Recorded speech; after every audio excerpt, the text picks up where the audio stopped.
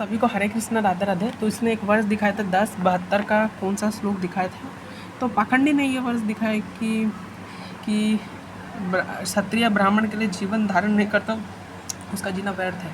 यहाँ पे सिंपल इसका यही मीनिंग है कि सत्य ब्राह्मण का इम्पोर्टेंस बताया गया है कि ब्राह्मण पिता है, तीनों वर्ण का देखभाल करता है और क्षत्रिय का कर्तव्य है कि ब्राह्मणों की रक्षा करना है। यहाँ पे अच्छे ब्राह्मणों के बारे में बताया गया, ऐसा नहीं कि कोई भी ब्राह्मण के बारे में बताया गया, क्योंकि अल्टीमेटली तो यहाँ पे ब्राह्मण को बता दिया कि वो ब्राह्मण कुत्ते के समान हो जाएगा। अगर जो भी गलत काम, हल्का से भी गलत काम को ब्राह्मण करेगा तो कुत्ते के समान हो जाएगा। तो वही सब चीज़ें दान से रिलेटेड है, ठीक है। और ये भी वापस देखिए, ये भी दान से रिलेटेड है। सूर्य ग्रहण के अवसर पर दान नहीं करते तो जीना व्यर्थ है। हाँ नहीं, दान नहीं, मतलब जो क्षत्रिय ब्राह्मण के लिए जीवन धारण नहीं करता, मतलब जीना भी है तो ब्राह्मण क्यों जीना है, ऐसी बात है। उसका जीना व्यर्थ है। जो क्षत्रिय ब्राह्मणों की सेवा इन द सेंस उसको बचाना, उसको दान देना, उसकी चीज पूरी करना, जो क्षत्रिय नहीं करता है उसका जीना व्यर्थ, ये बात। तो ये क्षत्रिय तुम्हारा जीना व्यर्थ है भाई। हाँ वैसे भी मैंने देखा कुछ यूट्यूबर है तो जो क्षत्रिय खुद को कहते हैं अच्छा तो ब्राह्मणवाद का झंडा उठाया हुआ है, ठीक काम कर रहे हो, बच्चा कुछ काम तुम्हारे वही करो।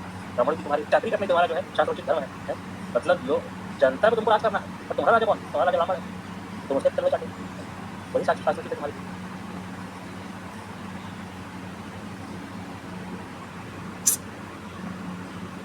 इसको क्या हो गया, नेट को देखने दीजिए एक मिनट, हॉटस्पॉट ही बंद हो गया। तो यहाँ पे पता है कि ब्राह्मणों को गोदान किया, ऐसे गायों को दान दिया, ऐसे ऐसे है। तो सिंपल है कि ब्राह्मणों को दान दिया, लेकिन ब्राह्मण को उसका मिसयूज़ नहीं करना है, ठीक है। साफ साफ ब्राह्मण के लिए भी इंस्ट्रक्शन है। तो मैंने दान से रिलेटेड तो मैंने यहाँ पे वापस बता रहा हूँ, ये वाला मैंने आपको बता दिया था।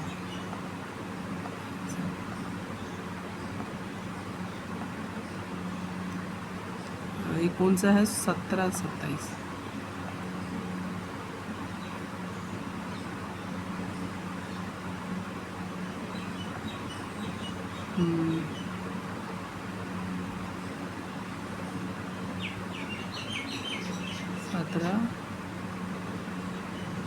शासन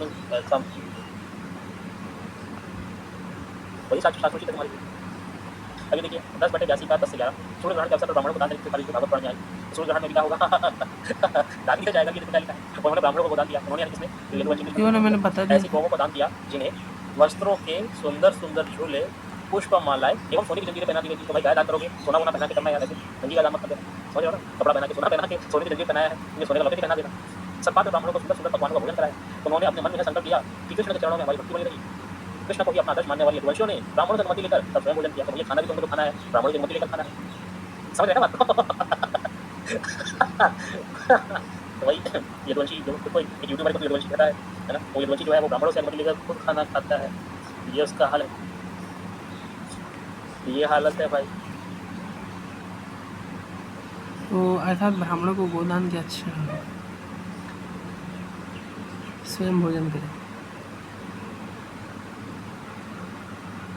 तो मैंने अगेन बताया कि ब्राह्मणों को हमेशा नहीं है, ये उस सतपात्र ब्राह्मणों को सुंदर सुंदर पकवानों का भोजन कराया। उन्होंने अपने मन में यह संकल्प किया कि कृष्ण के चरणों में हमारी भक्ति बनी रहे। देखिए, कृष्ण को ही अपना आदर्श मानने वाले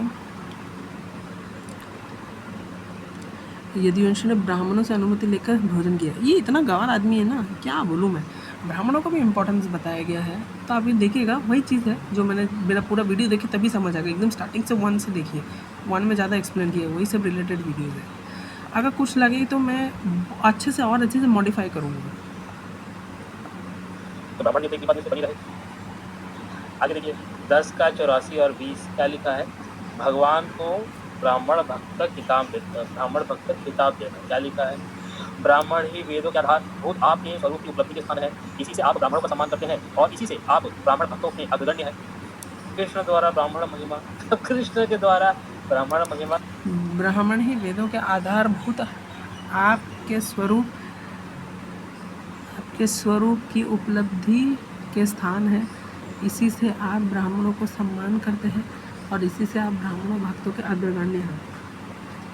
तो मैं आपको ये चीज़ बताने वाला था कि ब्राह्मण वेदों के आधारभूत आपके स्वरूप की उपलब्धि के स्थान है, इसी से आप ब्राह्मणों का सम्मान करते हैं और इसी से आप ब्राह्मण भक्तों के अग्रगण्य है। तो भगवान तो सबके भक्त हैं, भगवान तो विदुर के भी भक्त हो गए थे, विदुर तो शूद्र थे। आप श्रीमद् भागवत पुराण का अच्छे से पढ़िए। अच्छा, मैं और इसमें कहाँ से रेफरेंस लिया, रेफरेंस में इसका मैंने एक्चुअली सब वो एक ही टाइप के हैं, ये सब जो भी रेफरेंस दे रहे हैं ना, ये सब रेफरेंसेस एक ही टाइप के रेफरेंसेस दे रहे हैं। भोचू आदमी, भोचू इंसान एक ही टाइप के रेफरेंस दे रहा है। इसमें इतना वजन नहीं दे रहा हूँ मैं, इसका ऑलरेडी सब मैं बना दिया था। जो मेन मुझे करना था, गवाई गई है। देखिए 1086 ब्राह्मण ही वेदों के आधारभूत आपके स्वरूप की उपलब्धि के स्थान है, इसी से आप ब्राह्मणों का संवाद करते हैं और इसी से आप ब्राह्मण भक्तों के अग्रगण्य हैं। तो देखिए भगवान ऐसे क्यों बोलते कि मैं ब्राह्मण का भक्त हूँ? देखिए ब्राह्मण भी भगवान का भक्त है। मैंने बोला ना कि आपको मैंने वो वर्सेस नहीं दिखाया कि भगवान अपने भक्तों के भक्त हो जाते हैं, भगवान अपने भक्तों के भक्त हो जाते हैं। जैसा भक्त करेगा भगवान उसके कंट्रोल्ड में रहते हैं, ठीक है। तो भगवान शूद्रों के भी भक्त हो जाएंगे बिल्कुल, क्योंकि जनरल स्टेटमेंट है। जनरल स्टेटमेंट ये है कि जो भगवान का डिवोटी है, भगवान भी उसका डिवोटी हो जाते हैं, भगवान अपने डिवोटी के इशारे में चलते हैं, ऐसा है जनरल स्टेटमेंट। मैं दिखाऊंगा। तो मैंने आपको बताया भी था पहले, इसमें भगवान खुद बोलते हैं कि मैं अपने भक्तों के अधीन ही रहता हूँ, तो इसलिए यहाँ पे भगवान ऐसा कह रहे हैं। फिर अब देखिए जगत में ब्राह्मण जन्म से ही सब प्राणियों में श्रेष्ठ है। देखिए जगत में ब्राह्मण जन्म से ही सब प्राणियों में श्रेष्ठ है, जन्म से ही श्रेष्ठ। भाई कहाँ तुम कर्मणा लगा रहे? मुझे यह अपना चतुर्भुज रूप ही सब प्राणियों में श्रेष्ठ है, जन्म से ही श्रेष्ठ है। भाई कहाँ तुम कर्मणा लगा रहे? कर्मणा का तो मैंने कितना सपोर्ट दिया। ठीक है, कर्मणा में जहाँ कर्मणा है 7.11.35 तक पढ़ा नहीं, ठीक है। फिर इसने नवम का दूसरा अध्याय भी नहीं पढ़ा, ठीक है। नवम स्कंद का दूसरा अध्याय भी ठीक से नहीं पढ़ा, उसमें पाखंड मचा है। यहाँ पे ऐसे क्यों बताएगी कि अर्थात जगत में ब्राह्मण जन्म से प्राणियों में श्रेष्ठ है, मुझे यह और साफ साफ भी बताया कि जो ब्राह्मण भक्त नहीं होता वो उस चांडाल से गिरा हुआ, जो चांडाल कृष्ण भक्ति करता है वो ब्राह्मण से भी श्रेष्ठ है जो कृष्ण भक्ति नहीं करता। मुझे यह अपना चतुर्भुज रूप भी ब्राह्मणों की अपेक्षा अधिक प्रिय नहीं है, क्योंकि ब्राह्मण सर्ववेद में सर्व ऐसे नहीं। एक्चुअली इसलिए बोला गया है कि अगर आप उस चैप्टर को पूरा कर चले, मैं आपको नेक्स्ट वीडियो में अच्छे से बताऊंगा। तो ये कॉन्टेक्स्ट क्या है ना कि ब्राह्मणों का कर्तव्य है। अब तक मैंने आपको जितना बताया, मैंने उसमें बताया कि ब्राह्मणों का कर्तव्य इतना आसान नहीं था। खाने तक के लिए भी ऐसा नहीं कि वो पूड़ी खीर ये सब खाए रोज़, उनको कैसे बीज खाना पड़ता था, उबाल के कुछ खाना पड़ता था, कठोर जीवन जीना पड़ता था, तभी जाके ब्राह्मण कहलाते थे। वेद पढ़ना पड़ता था, विप्र पढ़ना, प्रचार करना पड़ता था, शिक्षा देना पड़ते थे सबको, 3 वर्णों को देखभाल करना पड़ता था। वेद माता है, ब्राह्मण पिता है, वेद माता है, ब्राह्मण पिता है, इसलिए ऐसा बोला। और यहाँ पे जो बात है कि देखिए उपनिषद में अच्छे से एक्सप्लेन्ड है कि जगत में ब्राह्मण जन्म से ही सब प्राणियों में श्रेष्ठ है। इसका मतलब नहीं है कि यहाँ पे जन्मना साबित होगी, मूर्ख नहीं बताएगा पूरा कॉन्टेक्स्ट में। ब्राह्मण जन्म से कब श्रेष्ठ होगा? जब उसके माता पिता कर्म से श्रेष्ठ हो, तभी जन्म से श्रेष्ठ होगा भाई। अगर उसके माता पिता कर्म से शूद्र है तो उसका बच्चा भी शूद्र ही निकलेगा। कितना सारा ऐसा एग्जाम्पल शास्त्रों से दिखा दूंगा। ब्राह्मण जन्म से कैसे श्रेष्ठ हो गया? ब्राह्मण जन्म से तभी श्रेष्ठ है जब उसके माता पिता कर्म से श्रेष्ठ है। इसलिए बोलते थे कि जाति जन्म से, जाति जन्म से तभी होगा जब माता पिता कर्म से उस जाति का अच्छे से पालन कर रहा है। अगर माता पिता कर्म से ब्राह्मण है तो उनका आने वाला बच्चा जन्म से ब्राह्मण होगा। ये इस भाव से बोला जा रहा है। मुझे यह अपना चतुर्भुज रूप भी ब्राह्मणों के अपेक्षा अधिक प्रिय नहीं है, क्योंकि ब्राह्मण सर्ववेदमय है और मैं सर्वदेवमय। वाह, मतलब कृष्ण है जिनका चतुर्भुज रूप है, जिनका चतुर्भुज रूप है, वो भी उनको ब्राह्मणों की कंपैरिजन में अपना रूप अच्छा नहीं लगता, ब्राह्मण ज्यादा अच्छा लगता है। दुर्बुद्धि मनुष्य इस बात को न जानकर केवल मूर्ति में ही पूज्य बुद्धि रखते हैं और गुणों में दोष निकाल कर मेरे स्वरूप जगत गुरु ब्राह्मण का जो उनकी ही आत्मा ही है तिरस्कार करते हैं। तो सोच लीजिए आप, भाई आप कृष्ण की भक्ति कर रहे हो, कृष्ण की भक्ति कर रहे हो, ठीक है मूर्ति की, पर उससे ज्यादा ब्राह्मण की भक्ति करो, ब्राह्मण की पूजा करो, क्योंकि जो ब्राह्मण है उनमें उन्हीं की आत्मा है कृष्ण की, उनका तिरस्कार। लेकिन मैं आपको कितना सारा ऐसा एग्जाम्पल दिखाया हो कि जिसमें कि भगवान के जो भक्त हैं वो शूद्र भी बने हैं, लेकिन फिर भी उनका पूजा किया जा रहा है। फॉर एग्जाम्पल विदुर, भगवान उनके यहाँ केला खा रहे हैं, जाके केला खा रहे हैं, दुर्योधन का 56 भोग मना करके। और भगवान किसी के प्रति संभाव नहीं रखते, किसी का पक्षपाती भी नहीं करते और किसी से द्वेष भी नहीं करते। 9.29। कार्य नहीं करना है आपको। भैया हम तो नास्तिक है, तो हमारे साथ तो चलो ठीक है, हम तो कर सकते हैं, पर जो ईश्वर को मानते हैं, देख लो भाई अपनी क्या लिखा हुआ है। भृगु मुनि द्वारा विष्णु की छाती पर लात मारने पर देखिए विष्णु क्या कहते हैं कि 10 का 89 10 से बात। महामुनि आपके चरण अत्यंत कोमल है, जो कहकर भृगु के चरणों को भगवान ने अपने हाथों में लेकर चलाने लगे और बोले, महर्षि आपके चरणों का जल तीर्थों को भी तीर्थ बनाने वाला है, आप उससे बैकुंठ लोग मुझे और मेरे भीतर रहने वाले लोकपालों को पवित्र करिए। भगवान आपके चरण कमलों के स्पर्श से मेरे सारे पाप धुल गए। आप अब आपके चरणों से चिन्हित वक्ष स्थल पर लक्ष्मी सदा निवास करिए।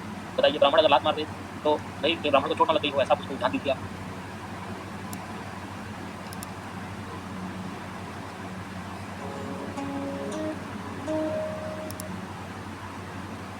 सही है, तो ये थी ब्राह्मण महिमा। देखिए 10 पेज तक ब्राह्मण महिमा चली है, मैंने बताया था आपको। चलिए शूद्र और स्त्री की निंदा। अब भागवत पुराण में जैसे ब्राह्मणों की महिमा गाई गई है, तो शूद्र और स्त्री की निंदा भी। तो उसने जो वर्ष दिखाया भृगु मुनि बोला, मैं आपको क्या बोलूँ, मतलब यहाँ पे मुनि को ब्राह्मण बोल रहा है, मूर्ख आदमी। मैं क्या बोलूँ, आप भी खुद बताइए, इसमें वैसे क्या ऐसा चीज़ इसको लगा कि इसको मजाक दिख गया इसमें।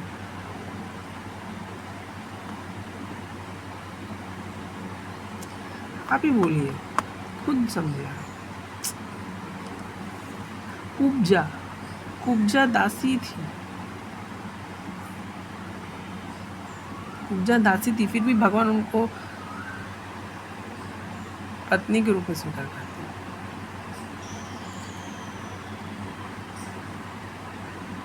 क्या बोलूँ, आप बताइए। ठीक है, मैं अभी ना इसको और अच्छे से वीडियो बनाऊंगा, ठीक है, मुझे वीडियो बनाने का और अच्छे से ज़रूरत है, बिल्कुल बनाऊंगा। लेकिन अभी जो मेन जो ये शॉर्ट में पता ना, मैं भी शॉर्ट में आंसर दे रहा हूँ उसका अच्छे से, ताकि ओवरऑल आपको अच्छा आंसर दे सकूँ। बाद में लॉन्ग एक्सप्लेनेशन मैं बाद में कर दूंगा। में जैसे ब्राह्मणों की महिमा गाई गई है, तो शूद्र स्त्री की निंदा भी करी गई है। तब भी क्या शूद्र निंदा हमने बताई है 2/5/37। श्रीमद् भागवत पुराण में ब्राह्मण का महिमा ही नहीं है, भक्तों का महिमा है। कृष्ण का मुख है, भुजा क्षत्रिय है ना, शुद्ध कार्य उत्पन्न हुए। 7/11। अच्छा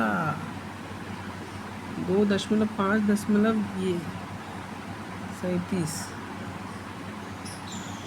शूद्र को विराट पुरुष के पैरों से उत्पन्न उन्हें नीचा माना गया। देखिए ये है ना गंवार बात है कि उनके पैरों से निकल गए तो उनका नीचा माना गया। क्या ही बोलूँगा, भगवान का हर एक शरीर दिव्य है। और मैंने इसके ऊपर जो मैंने अभी वीडियो देख रहा हूँ, पहले का सारा वीडियोस देखिए, उसमें मैंने अच्छे से एक्सप्लेन किया। ब्रह्म संहिता का एग्जांपल देखिए कि ब्रह्म संहिता में साफ साफ बताया गया है कि भगवान का एक शरीर दूसरे शरीर का कार्य करता है। भगवान का शरीर सच्चिदानंद विग्रह, उनके पाँव को भी चरण कमल बोला गया, मुख को भी मुख कमल बोला गया है ना। शूद्र पैरों से उत्पन्न हुए। 7/11 15 से 24 यानी श्लोक नंबर 7। देखिए ये 7:35 तक नहीं पड़ेगा बेशर्म। नंबर 7 11 नंबर अध्याय है, श्लोक 15 से 24। शूद्र का धर्म है द्विजातियों की सेवा, उसी की जीविका निर्वाह उसका स्वामी करता है। उच्च वर्णों के सामने विनम्र रहना, पवित्रता, स्वामी की निष्कपट सेवा, वैदिक मंत्रों से रहित यज्ञ। देखिए यज्ञ कर सकता है शूद्र, पर वो वैदिक मंत्र से रहित, वैदिक मंत्रों नहीं पढ़ने चाहिए। चोरी न करना, सत्य तथा गौ ब्राह्मण की रक्षा करना, ये शूद्र के लक्षण है। यानी शूद्र होगा वो भी नौकरी चाकरी करेगा। वैश्य के लिए भी कुछ ऐसे निर्देश है। 7/11/15 वैश्य को सर्वथा ब्राह्मण वंश का अनुयायी रहकर गौ रक्षा, कृषि एवं व्यापार द्वारा अपनी जीविका चलानी चाहिए। तो वैश्य को भी नौकरी करनी है ब्राह्मण। एक स्थल पर लिखा है कि अनजाने में बहुत जगह अपराधी होने के कारण शूद्र बनना भी पड़ता है। तात्पर्य यह है कि पिछले किन्हीं पापों या अपराधों के कारण इस जन्म में शूद्र योनि प्राप्त होती है। सही बात है भाई, तो ये सच्चाई है ना भाई। इस जन्म में जो हम आपको शूद्र दिखते हैं, छूट दिखते हैं, वो पिछले जन्मों के कर्मों के पापी हैं। ये तो बात है। ये जो पिछला जन्म जो है, पुनर्जन्म जो है, ये स्वामी दयानंद सरस्वती ने नहीं माना, बिल्कुल माना, 100% माना है। तो जब आपने पुनर्जन्म को मान लिया है और पुनर्जन्म के आधार पर आपको इस जन्म में गति प्राप्त हुई है, तो आप उसका परिवर्तन कैसे करोगे? असंभव है, नहीं हो सकता। ये मजाक है। आइए समाजी भाई हमारे यही बसते हैं। देखिए 9/2/9 यद्यपि कृष्ण ने जानबूझकर कोई अपराध नहीं किया था, फिर भी गौवध के कारण वशिष्ठ ने उसे श्राप दिया कि तुम इस कर्म से क्षत्रिय नहीं रहोगे, शूद्र हो जाओगे, तो वजन में शूद्र हो जाओगे। शायद इसलिए ग्रंथकार को जब गाय बैल को पिटवाने का आवश्यक, वशिष्ठ ने उसे श्राप दिया कि तुम इस कर्म से क्षत्रिय नहीं रहोगे, शूद्र हो जाओगे, तो वजन में शूद्र हो जाओगे। शायद इसलिए ग्रंथकार को जब गाय बैल को पिटवाने की आवश्यकता पड़ी, तो इसके लिए उसने शूद्र को ही चुना। एक वजन में शूद्र हो जाओगे।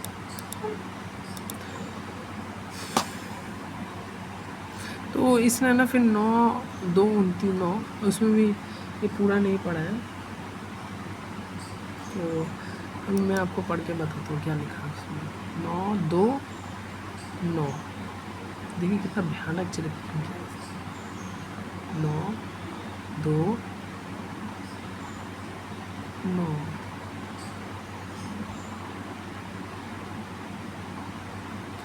देखिए मैं ये पूरा चैप्टर पढ़ता हूँ। परीक्षित, इस प्रकार जब सुद्युम्न तपस्या करके वन में चले गए तब वैवस्वत को इसके बाद सनातन के लिए सर्वशक्ति में भगवान श्री हरि की आराधना करनी पड़ी।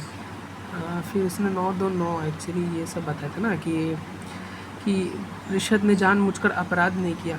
कुल पुरोहित वशिष्ठ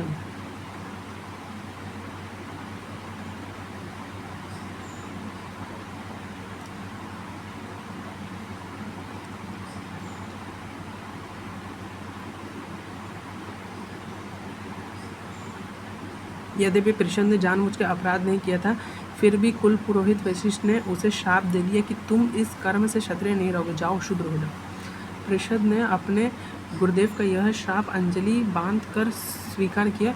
देखते हैं यहाँ पे पिछले जन्म का वर्णन है कि नहीं। और इसके बाद सदा के लिए मुनियों को प्रिय लगने वाले अंजलि बांध कर स्वीकार किया, और इसके बाद सदा के लिए मुनियों को प्रिय लगने वाला नैष्ठिक ब्रह्मचारी व्रत को धारण किया। वह समस्त प्राणियों का अहेतुक हितैषी एवं सबके प्रति समान भाव से युक्त होकर भक्ति के द्वारा परम विशुद्ध सर्वात्मा भगवान वासुदेव का अनन्य प्रेमी हो गया। उसकी सारी आसक्तियाँ मिट गई, वृत्तियाँ शांत हो गई, इंद्रियाँ वश में हो गई। वह कभी किसी प्रकार का संग्रह परिग्रह नहीं करता था। जो कुछ देववेश प्राप्त हो जाता उसी से ही अपना जीवन निर्वाह कर लेता।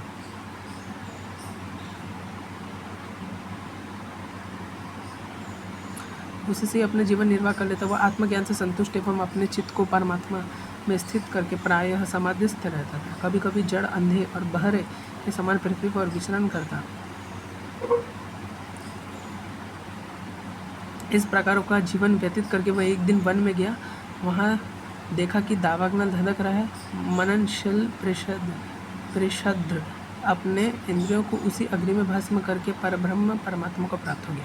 अब देखिए दूसरे इसी जन्म का पाता, कहाँ पिछले जन्म आया है यार, कितना झूठ बोलता है यार, पता नहीं यार, या तो मैं अंधा हूँ ना कौन है, इसी बात आसक्तियाँ मिट गई। आप बताइए कहाँ पिछला जन्म है, कहाँ पिछला जन्म है? पागल वागल है कि थोड़ा पियक्कड़ आदमी, इसी का अपने जीवन निर्वाह करने आदमी से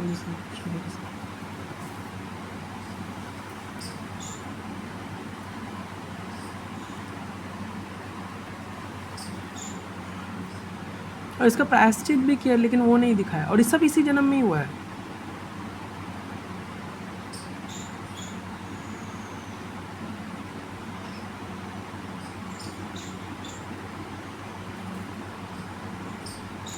अब इसके बाद ये कुछ भी नहीं बताया, लेकिन इसी जन्म में ही हो रहा है। अब और आगे देखिए, मनु का सबसे छोटा पुत्र था कवि। विषयों में वह अत्यंत निःस्पृह था और राज्य छोड़ के अपने बंधुओं के साथ वन में चला गया और अपने हृदय में स्वयं प्रकाश परमात्मा को विराजमान कर किशोर अवस्था में ही परम पद को प्राप्त हो गया। मनु पुत्र कारुष के कारुष नामक क्षत्रिय उत्पन्न हुए। वे बड़े ही ब्राह्मण भक्त, धर्म प्रेमी और उत्तरापद के रक्षक थे। धृष्ट के धारिष्ट नामक क्षत्रिय हुए। अंत में वे इस शरीर से ही ब्राह्मण बन गए। देखिए इसी शरीर से ही ब्राह्मण बन गए, क्या बोलूँ मैं। मनुपुत्र कारुष से कारुष नामक क्षत्रिय उत्पन्न हुए। वे ही बड़े ब्राह्मण भक्त, धर्म प्रेमी एवं उत्तरापद के रक्षक थे। धृत के धराष्ट्र नामक क्षत्रिय हुए। अंत में वे इसी शरीर से ब्राह्मण बन गए। मैं इसी शरीर से। नाग का पुत्र, ये सब आप पढ़ते रहिए। इसका पुत्र ये, इसका पुत्र ये, इसका पुत्र ये, इनका पुत्र ये, इनकी नाम की कन्या भी थी, की कन्या थी जिसका विवाह सुदर्शन से हुआ। मनुपुत्र नरिष्यंत्र से चित्रसेन, उससे ऋक्ष से मृडवान से कुर्च, और उससे इंद्रसेन की उत्पत्ति हुई। इंद्रसेन से वितोहत्र। ये सब पढ़ते रहिए। फिर ब्राह्मणों का अग्निवेशायन गोत्र नहीं चला था, तब उसी प्रकार नारी जो वंश में मैंने वर्ण सुनो। देखिए दृष्ट के पुत्र का नाम नाभाग, उसके बाद नाभाग से अलग है, जिसका ये आगे वर्णन करता हूँ। वे अपने कर्म के कारण वैसे हो गए। देखिए वे अपने कर्म के कारण वैसे हुए, इसी जन्म में, इसी शरीर में। उसका यह पुत्र ये देखिए कैसे है, ये तो नहीं बोल रहे हो तुम, पूरा नहीं दिखाओगे ना तुम, दोनों ही परम धार्मिक हो गए। उसके पुत्र करण धम के अवाक्षित। अब इसे पूरा वंशज के बारे में बताया जा रहा है। फिर ये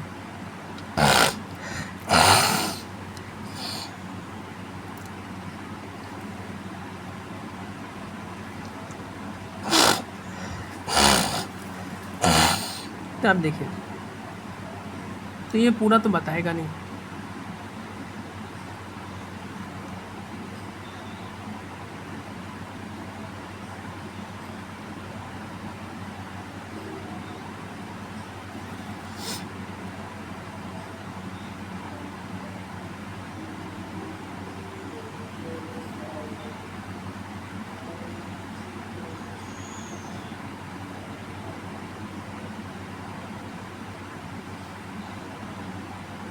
आपने देखा, ये चैप्टर पढ़ लिया अच्छे से, ये देखिए पाखंड कितना फैला है, साफ साफ लिखा है कि इसी जन्म में ब्रह्मांड बदल रहा है। क्या बोले बताइए। धर्म से क्षत्रिय नहीं रहोगे, शूद्र हो जाओगे, तो जन्म में शूद्र हो जाओगे। शायद इसलिए ग्रंथकार को जब गाय बैल को पिटवाने की आवश्यकता पड़ी तो ये सब जो इसका जो खंडन है, मैंने सत्य के दर्शन का पार्ट ए में ही किया है।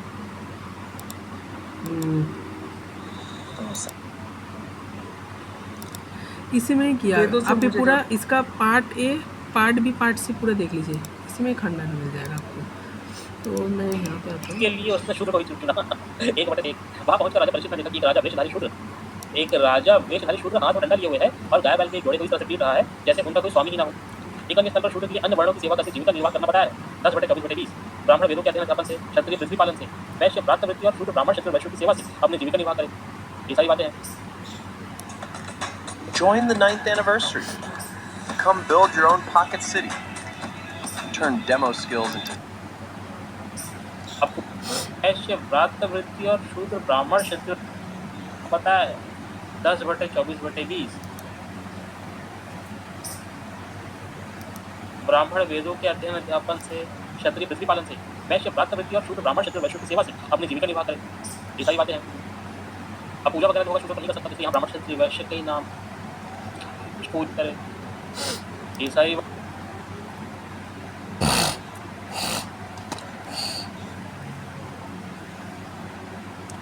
ये बताया गया कि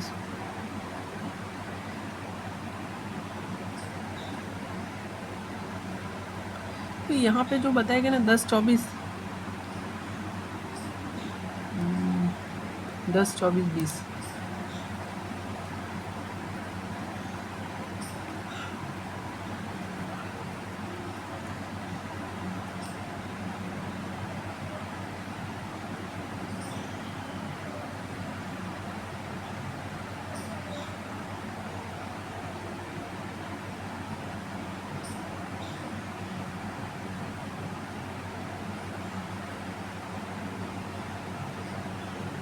देखिए यहाँ पे ये नहीं दिखाएगा कि वेदवादी ब्राह्मणों के द्वारा बलि भांति हवन कराया जाए और उन्हें अनेक प्रकार के अन्न गौएं दक्षिणाएं भी दी जाए।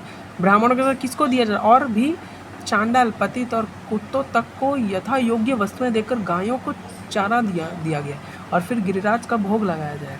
इसके बाद खूब प्रसाद खा पीकर सुंदर सुंदर वस्त्र पहनकर सजाया जाए। चंदन का घौ ब्राह्मण अग्नि गिरिराज का प्रदक्षिणा किया जाए। देखिए अनेकों प्रकार की और भी चंडाल पतित और कुत्तों तक को यथा योग्य वस्तुएं देकर गायों को चरा दिया जाए। साफ साफ उनको भी सब दिया जा रहा है, उनको भी दान दिया जा रहा है। ध्यान से देखिए, उनको भी दान दिया जा रहा है यहाँ पे, यथा योग्य वस्तुएं देकर। तो ये भी मैं बताना भूल गया था कि उनका भी बात है। ब्राह्मण वेदों के अध्ययन से, क्षत्रिय ये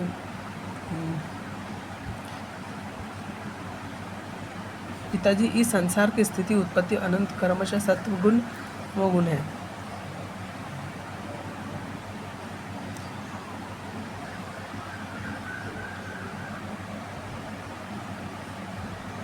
तो मैंने आपको साफ साफ बताया कि वर्ण व्यवस्था तो इससे ज़्यादा इम्पोर्टेंट भक्ति है। और शूद्र को अगर कोई शूद्र भक्ति भी कर रहा होगा, ब्राह्मण भक्ति नहीं कर तो शूद्र ब्राह्मण से ऊंचा है। ठीक है, तो ये सब जो वर्ड्स है ना, मैं आपको बताया कि ब्राह्मण का भी कर्तव्य बताया गया है, ऐसा नहीं। और वर्ण व्यवस्था कर्मणा भी है, ये भी भागवतम से मैं प्रमाणित कर दिया था आपको दिखा के, कर्म का भी बताया गया अच्छे से। ब्राह्मण क्षत्रिय और वैश्य की सेवा से अपनी जीविका निर्वाह करें, ये सारी बातें हैं। अब पूजा वगैरह जो होगा शूद्र नहीं कर सकता। देखिए शूद्र पूजा नहीं, ये तो सबसे बेकार एग्जाम्पल है, क्योंकि देखिए यहाँ पे बस 2 एग्जाम्पल नहीं थे, इसका मतलब ये नहीं है कि देखिए आपको मैं साफ साफ बता दे रहा हूँ कि विदुर वाला जो वीडियो मैंने आप देखेंगे ना, उसमें माँ बताया था कि दुर्योधन का खाना छोड़ के भगवान विदुर के यहाँ चले गए खाना खाने। क्या बोलूँ आपको, बताइए। इसलिए यहाँ ब्राह्मण क्षत्रिय वैश्य के नाम शूद्र से घृणा का भाव कृष्ण काल में कुछ कम नहीं थी, जहाँ विष्णु के अवतार देखिए अगर इतना घृणा भाव रहता तो क्यों खाना खाया विदुर का? राम ने अपने शासन काल में ब्राह्मण कहने पर निरपराध शूद्र शंभुक इसलिए वध कर डालते हैं क्योंकि वह तब कर रहा इस शंभुक वध में भी मैंने वीडियो बनाया था, रामनवमी स्पेशल वाला देखा था। इसी तरह द्वापर में विष्णु के अवतारी बलराम मात्र इसलिए शूद्र का वध कर डालते हैं क्योंकि वह ब्राह्मणों से भी ऊंचा आसन पर बैठा था। तो भैया हम ब्राह्मण से अगर ऊंचा आसन पर कोई शूद्र बैठेगा, अब उसे गर्दन काट देंगे। 10/78 का 23 और 28।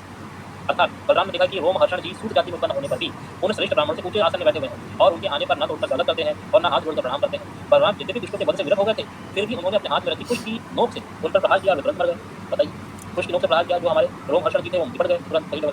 शूद्र को जब इनकी दृष्टि से देखा जाता था, उस काल को बार-बार धार्मिक जन को अच्छा बताने की कोशिश करते हैं। ग्रंथकार ग्रंथ के अंतिम स्कंध में भविष्यवाणियां बताने के क्रम में उस राजा को बुरा बताता है जो शूद्र की रक्षा करे, और जब शूद्र राजा होगा या उसका शासन होगा तब के युगों को कलयुग से भी गया बीता बताता है। बताइए, जब शूद्र राजा होगा तो वो जो राज्य होगा वो कलयुग। ये इसका जो वीडियो है ना, मैंने सत्य के दर्शन में सब बना दिया, इसको एक्सपोज किया था मैंने, इसी का पार्ट सी देख लीजिएगा, ये सब बनाया। तो खैर मैं अभी इसमें आता हूँ, रोमहर्षण वाला पार्ट में आता हूँ। पाखंडी नीच ने यहाँ पे आक्षेप लगा दिया बलराम जी के ऊपर, पूरा नहीं पड़ेगा पाखंडी। कितना चेरी पिकिंग के आप एक बार खुद अंदाज़ा लगाइएगा एक बार। मैं भी फ्रस्ट्रेट हो गया था, लेकिन इतना गुस्सा आया ना पूरा भागवतम पढ़ते, भागवतम में भगवान वर्ण व्यवस्था देखते ही नहीं है, भगवान तो उसका भक्ति देख रहे हैं। अभी मैं और वीडियो बनाऊंगा इसमें तो चाहे तो मैं 100 वीडियो बना दूँगा, 100 वीडियो बनाने का इच्छा होता है। जैसे जैसे रेफरेंस मिलता रहेगा मैं मॉडिफाई करता रहूँगा अपने इसको कंटेंट को। अच्छा 78 का कौन सा इसने बोला था नीच पाखंडी ने? 23-28 बोल दिया था। देखिए ये पूरा नहीं पड़ेगा, मैं आपको इसको ओपन चैलेंज देता हूँ। अगर मेरा वीडियो देख रहा है ना, तो वो इसमें अगर औकात है तो ये पूरा पढ़े, ये पूरा पढ़े इसको। मैं यहाँ से पढ़ता था, बलराम जी वहाँ से चलकर केरल, अच्छा, ये अलग है, यहाँ से शुरू हो रहा है। अच्छा ये नहीं था, ये था। बलराम जी ने देखा कि रोमहर्षण जी शुद्ध जाति के उत्पन्न होने पर भी उन श्रेष्ठ ब्राह्मणों से ऊंचे स्थान आसन पर बैठे हुए थे। उन्होंने ना आने पर ना तो उठकर स्वागत करते हैं और ना हाथ जोड़कर प्रणाम ही। इस पर बलराम जी को क्रोध आ गया। वे कहने लगे कि यह रोमहर्षण प्रतिलोम जाति का होने पर भी इन श्रेष्ठ ब्राह्मणों से तथा धर्म के सेवक हम लोगों के ऊपर बैठा हुआ है, हम लोगों के ऊपर बैठा हुआ है, इसलिए वो दुर्बुद्धि मृत्यु दंड का पात्र है। अब देखिए वो ये नहीं पड़ेगा, वो कितना चिड़पिंगे, वो 23 श्लोक दिखाते हैं नीच महानीच इंसान ने, फिर इसके बाद 28 महानीच ने 28 श्लोक दिखा दिए, ये नहीं पड़ा। भगवान व्यास देव का शिष्य होकर, देखिए व्यास देव का शिष्य, इतिहास पुराण धर्मशास्त्र आदि बहुत से शास्त्रों का अध्ययन किया। व्यास देव जी ने एक सूत पुत्र को शिष्य बनाया, ये बड़ा इंपॉर्टेंट चीज़ है। कैसे एक व्यास देव जी, और व्यास देव जी कौन है?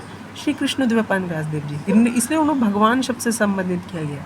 वही भगवान श्री कृष्ण एक सूत पुत्र को शिष्य बना रहे हैं, तो ये नीच कभी नहीं बताएगा। ये नीच देखिए, आप चेरी पिकिंग देखिए कितना चेरी पिकिंग करते हैं, और क्यों गुस्सा हुआ है। आप ये सोचिए कि पिता समान सब ब्राह्मण है, सब ब्राह्मण है। अब उसको इतना शिक्षा दिया गया, इतना एडुकेशन दिया गया, उसको क्या मतलब, उसको इतिहास पुराण धर्मशास्त्र, गौतम धर्मशास्त्र जितने भी हैं आदि बहुत से शास्त्रों का अध्ययन भी किया था। उसके बाद भी अगर उसमें इतना एटिकेट्स नहीं है कि आपसे जो ब्राह्मण है, अगर आप ब्राह्मण के लिए नहीं उठते, गलत। मैंने ब्राह्मण का भी कर्तव्य बताया कि ब्राह्मण कैसे जीवन निर्वाह करता है बेचारा एक ब्राह्मण, हाँ। अपने सुख का भी एक तनिक भी नहीं सोच सकता, अपने सुख के लिए, अपने सुख से कुछ खा भी नहीं सकता, बिना मांगे जो मिल जाए खा लो। कृषि अगर एक धान को लेकर जाओ, धान का जो बीज है ना, वो बीज को उबाल के खा लो, या बीज को ही खा लो। ऐसे जीवन जीना को श्रेष्ठ बताया गया। क्या बोलूँ, आप बताइए। इसलिए ऐसा बोला जाए, पूरा पढ़िए। यह कहना कि रोमहर्षण प्रतिलोम जाति का होने पर भी श्रेष्ठ ब्राह्मण धर्म के रक्षक होने पर ऊपर बैठा हुआ था, इसलिए ये दुर्बुद्धि मृत्यु का पांड है। भगवान व्यासदेव का शिष्य होने पर इसने, देखिए पूरा नहीं पड़ेगा, भगवान व्यासदेव का शिष्य होने पर इसने इतिहास, पुराण, धर्मशास्त्र आदि बहुत से शास्त्रों का अध्ययन भी किया, परंतु इसका अपने मन पर संयम नहीं रहा। यह विनय नहीं उद्दंड है। इसी अजितात्मा ने झूठ मूठ अपने ही बहुत बड़ा पंडित रखा है, जैसे बहुत बड़ा पंडित मान रखा है।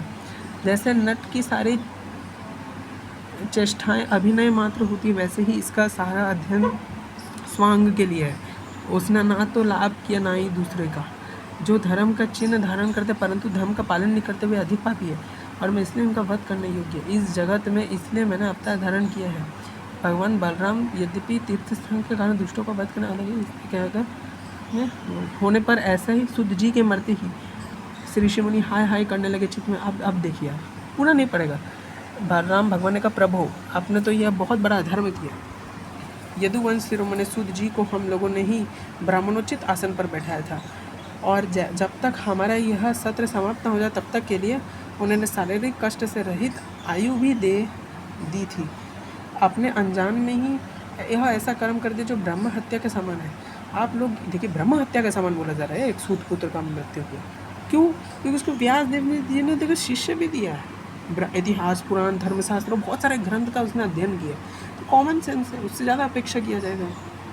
हम लोग यह नहीं मानते कि आप योगेश्वर हैं, हम लोग यह मानते हैं कि आप योगेश्वर है। वेद का आप अब ये देखिए, इतना ये सब पढ़ रहे, ये पढ़िए पूरा, फिर इसके बाद ब्रह्म हत्या का प्रायश्चित कर लेंगे। ठीक है,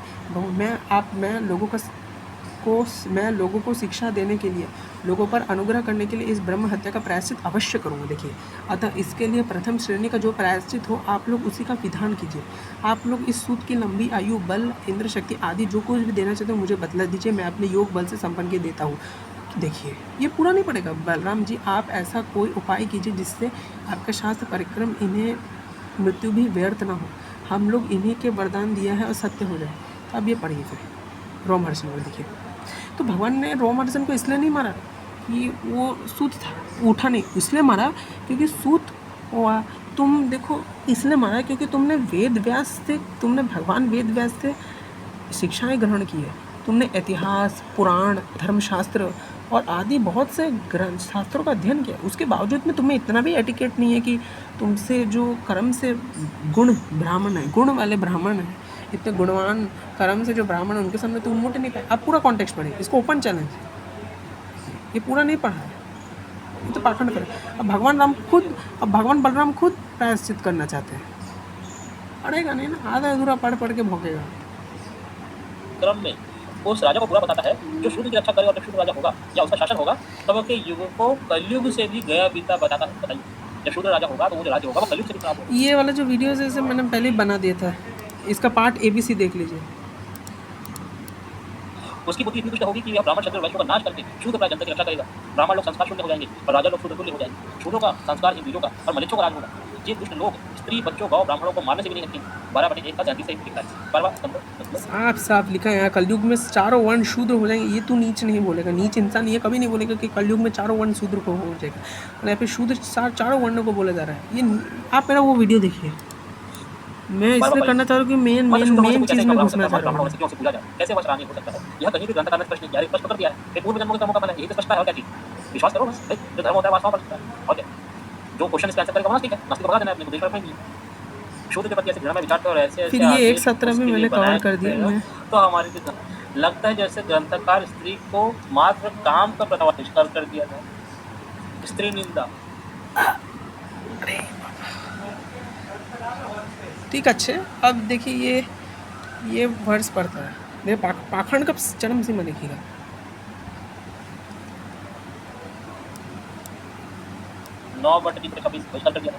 स्त्री निंदा, भागवत पुराण में स्त्री निंदा प्रदर्शित करने वाले भी पुरुषों को उपलब्ध है। लगता है जैसे ग्रंथकार स्त्री को मात्र काम का प्रतिरूप मानता है, क्या पुरुष का चित्त तब ये चिकित्सा को है दृष्टि से देखता है। ये वाला मतलब मुझे इतना हंसी आ रहा है ना, मैं आपको बोलता हूँ ना कि आप ये पूरा पढ़ लीजिएगा, ठीक है। मुझे इसमें ऐसा नहीं है कि चिकित्सा को है दृष्टि से देखा जा रहा है। अरे घोचू, अगर चिकित्सा को है दृष्टि से देखा जाता तो उनको देवों के अश्विन कुमार के पद में क्यों नहीं रखा? गंवार गंवार हो गया थोड़ा अंदर से, घोंचू हो गया तुम, एकदम बेवकूफ़ हो गया तुम, गंवार हो गया तुम, घोंचू आदमी है। तो फिर सुश्रुत संहिता ये सब क्यों हुआ? फिर गंवार घोंचू हो गया तुम, चरक संहिता से क्यों हुआ बेवकूफ़ आदमी? पूरा पूरा पढ़िएगा आप वहाँ पे। मैं अभी मेन चीज़ में चलायमान होता था कि एकांत में वे इसने ज़बरदस्ती लास्ट में सब डाला है जानबूझ के, क्योंकि पता है कोई देखेगा नहीं इतना। तब इतना चलायमान होता था कि एकांत में वे पुत्री माँ बहन के साथ भी नहीं रह सकते। ओह, ठीक करो बताइए। तो अभी स्त्री वाला पार्ट में आता है, तो तब तक आप मेरा वीडियो देखें। सभी को हरे कृष्ण राधे राधे। मैं इसके ऊपर नेक्स्ट पार्ट अच्छे से बनाऊंगा। अभी मेरा माथा बहुत दर्द कर रहा है, तो अब देखिए। सभी को हरे कृष्ण राधे राधे।